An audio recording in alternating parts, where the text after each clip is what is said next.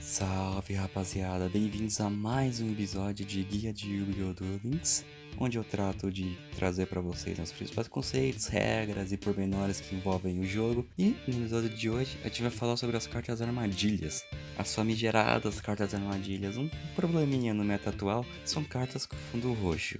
Diferente das mágicas, as armadilhas devem ser setadas no campo antes de poderem ser ativadas. E elas só podem ser ativadas no turno seguinte a que elas foram setadas. Ou seja, se você seta uma armadilha no turno 1, você só pode ativá-la a partir do turno 2 e em diante. Mesmo que, pelo efeito de alguma carta, você tenha setado a armadilha durante o turno do seu oponente. Falando de forma mais geral, cartas armadilhas contínuas e normais são Spell Speed 2, o que significa que elas podem responder a todas as cartas Spell Speed 1, que notoriamente são cartas mágicas que não são efeito rápido e efeitos de ignição ou gatilhos de monstros, além também de poderem responderem e serem respondidas por outras cartas Spell Speed 2, como as próprias cartas armadilhas, normais e contínuas, e efeitos rápidos de monstros e mágicas. Além de que, elas também podem ser respondidas, mas não responderem a cartas Spell Speed 3, que consistem somente, em como a gente vai ver melhor agora, em armadilhas de resposta. Bom, passei essa introdução bem rapidinho, vamos falar sobre os tipos de armadilha agora.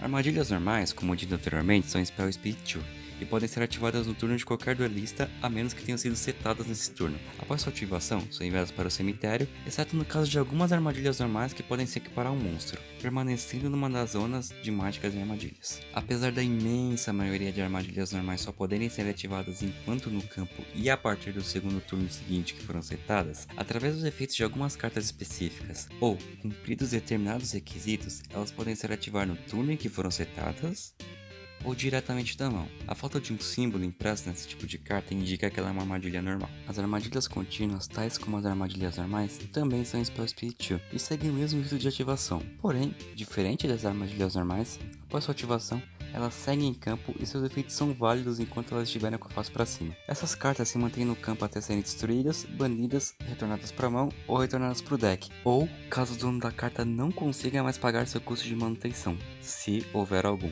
Além disso, elas possuem um símbolo infinito logo acima da arte, na parte direita da carta. Como já dito no vídeo sobre cartas monstros, algumas dessas armadilhas contínuas podem agir como monstros, sendo invocadas para a zona de monstros, sendo consideradas ao mesmo tempo monstros e armadilhas, e estando sujeitas aos efeitos que afetam ambos esses tipos.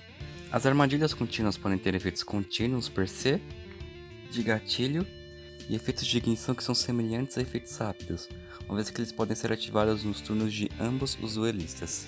Por fim, o último título de armadilhas que vamos tratar aqui são as armadilhas de resposta.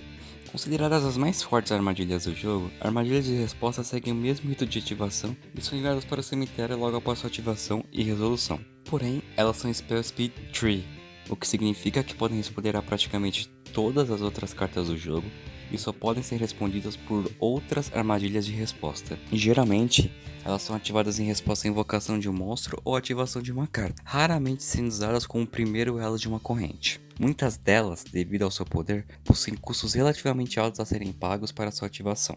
E, além disso, também podem ser ativados durante a etapa de dano. São identificáveis pelo símbolo de uma seta curvada apontando para a esquerda logo acima da arte da carta. No Duel Links, existe um arquétipo no jogo chamado de Counter Fairy, que são, em maioria, monstros fada cujos efeitos ativam logo após uma armadilha de resposta ser ativada, ou estão, de alguma forma, relacionados a elas de outras maneiras. Bom, então é isso, rapaziada. Espero que vocês tenham gostado do vídeo.